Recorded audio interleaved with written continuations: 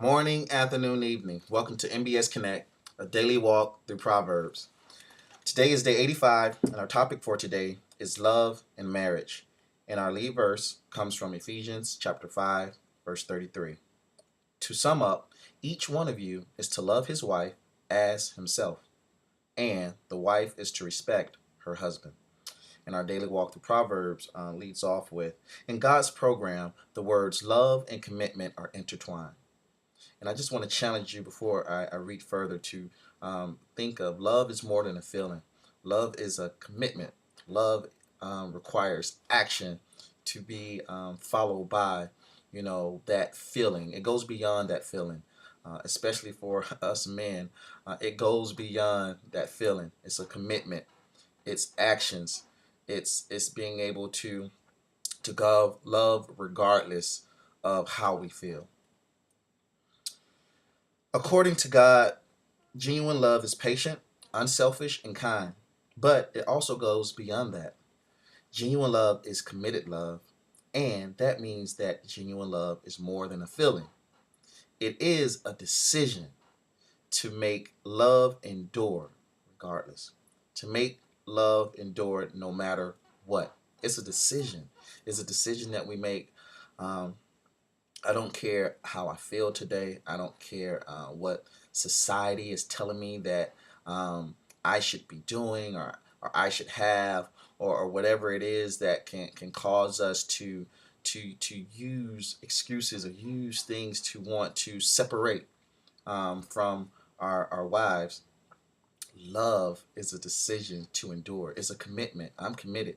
Just think about it. If God didn't have the love that he had for us, if his love was just more or wasn't more than a feeling, guys, the second that we fail, the second that we miss the mark, that we sin, or that we make a mistake, he would just slap his hand and say, I'm through with you guys. But he doesn't do that because his love is everlasting love. It's an unchanging love. It's a love to see beyond that flesh and that mistake that we made and to say, regardless, I'm going to love you anyway. I'm going to love you because I want to. It's a decision that I've made because you're my child. And that's the same type of love we need to have, guys, specifically for our wives, for our women. We got to love them regardless. It's a decision that we make that we're going to stick through this thing through the end. Unfortunately, we live in a world where marriage vows are taken far too lightly. Too many couples are far too quick to push the panic button or the eject button. And we see it every day. We see, especially amongst celebrities, they can be married today and divorced the very next day. Annulments, divorces, whatever you want to call it.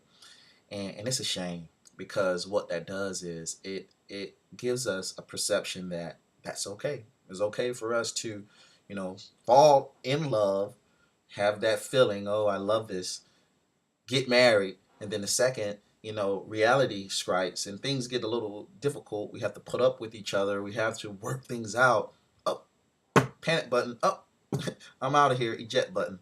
Guys, that's wrong. That's wrong. Love again goes beyond that feeling. It's a decision that we make. It's a commitment, even though society may tell us that it's okay to think otherwise. If you're a married man who has vowed to love your partner till death do you part, then you must take that vow very seriously. And one more thing, you better put God right where he belongs, at the absolute center of your marriage. He is the perfect example for each man and each woman to that effect of how we are to love each other. And if we place God at the center of our marriage, it will allow us to truly see who our spouse, whether it's our husband or our wife, who that person really is, how God sees that person.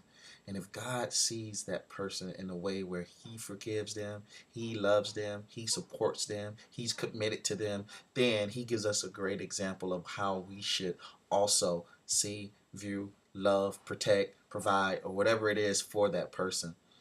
So let's please put God at the center of our marriage.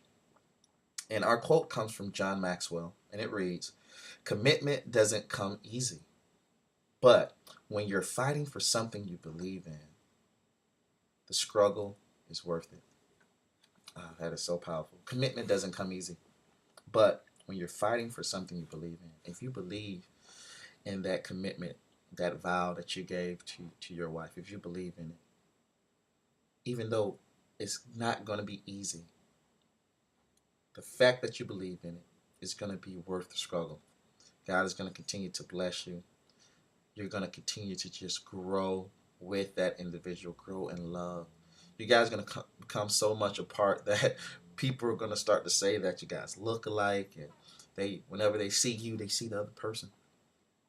But you got to believe in it, because when you believe in it, you're going to fight for it. You're going to struggle for it.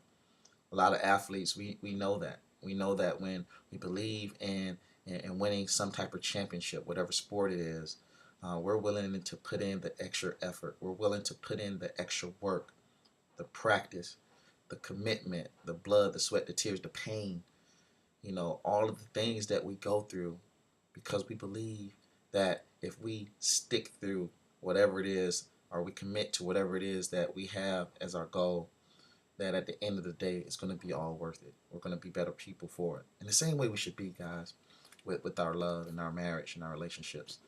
We got to believe in it, and we got to fight and struggle for it, because it's going to be worth it in the end. In our daily walk through Proverbs, word for the wise comes from Proverbs chapter 24, verse 10. If you do nothing in a difficult time, your strength is limited. We got to be able to do stuff when times get rough, and when the situation is kind of difficult. That's when we need to activate that belief. That's when we need to activate that action, and that commitment that we've made, so we can find strength. But when it gets difficult and we do nothing, when it's time for us to try to be strong, we're going to be weak. And that's when we hit the panic button. That's when we hit the eject button. So, look, guys, let's be strong for our wives. Let's be strong for our girls, the love of our lives. Let's be committed. Let's put God at the center of our marriage. He is the greatest example of love. He's the greatest example of commitment and faithfulness. And we can learn so much from him, that we can be the men of God that our wives deserve. So with that, have a great day. Have a blessed day. Until I see you tomorrow. Peace.